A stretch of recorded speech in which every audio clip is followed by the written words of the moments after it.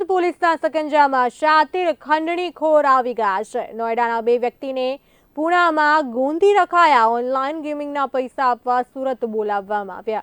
પૈસા લેવા આવેલ બંને વ્યક્તિઓને બંધક બનાવીને ખંડણી માંગી હતી। આરોપીઓએ અપહતોના પરિવાર પાસેથી 3 લાખ ઓનલાઈન પડાવ્યા હતા। સમગ્ર મામલે નોઈડામાં રહેતા માસિયાઈ ભાઈએ પોલીસને જાણ કરી હતી।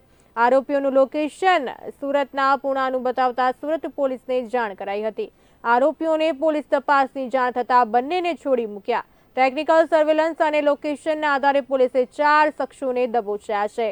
સુરત પોલીસે ખંડણીની રકમના 3 લાખ રિકવર કર્યા છે। સમગ્ર મામલે ખુદ પોલીસે ફરિયાદી બની કાર્યવાહી હાથ ધરી છે।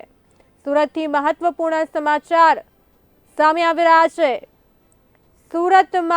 સુરત પોલીસના સકંજામાં શાતિર ખંડણીખોર આવી ગયા છે। નોઈડાના બે વ્યક્તિને પુણામાં ગોંધી રખાયા હતા। ઓનલાઈન ગેમિંગના પૈસા આપવા સુરત બોલાવવામાં આવ્યા હતા।